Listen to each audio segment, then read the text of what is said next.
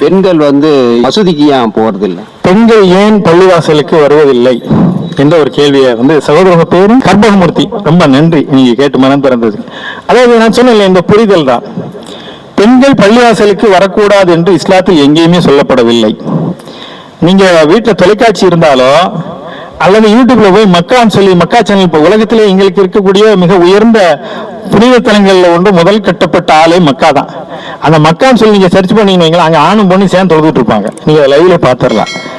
உலகத்துல மிக முக்கியமான உயர்ந்த உச்சமான ஒரு புனித ஆலயமாக நாங்க கருதக்கூடிய அந்த காபாவிலே பெண்களும் ஆண்களும் ஒன்னா இருக்கும் போது யார் இங்க தடை விதித்தது?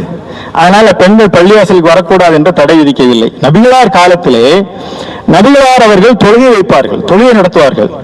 சில நேரங்களில் தொழுகையை சுருக்கி விடுவார்கள். தொழுகை கொஞ்சம் 5 நிமிடம் நடத்தலாம், 10 நிமிடம் நடத்தலாம், குரான் வசனங்கள் வருஷ சுகாதாரத்தை பொறுத்து. ஒரு நாள் நபிகளார் தொழுகையை மிக சுருக்கமாக முடித்து விட்டார்கள்.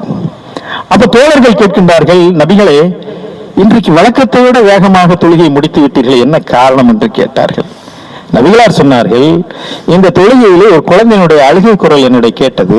இந்த தொழுகையில் கலந்து கொண்டு அந்த தாய் உள்ளம் என்ன கஷ்டப்படும் என்று தெரிந்தது. எனவே நான் தொழுகையை சீக்கிரம் முடித்து விட்டேன் என்று சொன்னார்கள். அப்ப நபிகளார் காலத்தில் பெண்கள் குழந்தையோட தொழுகைக்கு வந்திருக்காங்க. பெண்கள் தொழுகைக்கு குழந்தையோட வந்திருக்காங்க. அந்த குழந்தை அழுகுறல் கேட்டு நபிகளார் தொழுகையை சீக்கிரம் முடிச்சிட்டாங்க. எனவே பள்ளிவாசலுக்கு பெண்கள் வந்திருக்கிறார்கள். நபிகளார் அவையில் உரையாடி இருக்கிறார்கள். யுத்த காலத்திலே கலந்து கொண்டிருக்கிறார்கள், பணிக்கு சென்றிருக்கிறார்கள். இஸ்லாம் எங்கேயுமே பெண்களை நீங்கள் வரக்கூடாது, செல்லக்கூடாது என்று சொல்லல. வேதம் கற்கலாம், கற்பிக்கலாம், கற்றுக் கொடுக்கலாம், எல்லாவற்றையும் இஸ்லாம் சொல்கிறது. பெண் உரிமை, பெண்ணுக்கு சொத்தில் பங்கு உண்டு என்று சொன்ன உரிமை. ஆனால் ஆண்கள் 5 வேளை கட்டாயமாக பள்ளிவாசலில் சென்று தொழ வேண்டும். பெண்களுக்கு இந்த கட்டாயம் கிடையாது, சாய்ஸ். என்ன சாய்ஸ்னா, நீ வீட்டுல சமையல்லாம் பார்க்கணும்.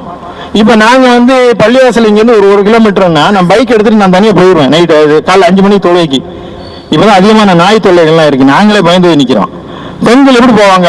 பள்ளிவாசல் தான் தொழணும்னு ஒரு விதியாக்கி வச்சிருந்தேன். நான் தன்னி ஒரு பெண் வர முடியுமா அந்த 5 மணிக்கெல்லாம்? அதனால பெண்களுக்கு அவருடைய உடல்நிலை, அவருடைய சூழ்நிலை கருத்தில் கொண்டு ஒரு சாய்ஸ் கொடுத்திருக்கிறது.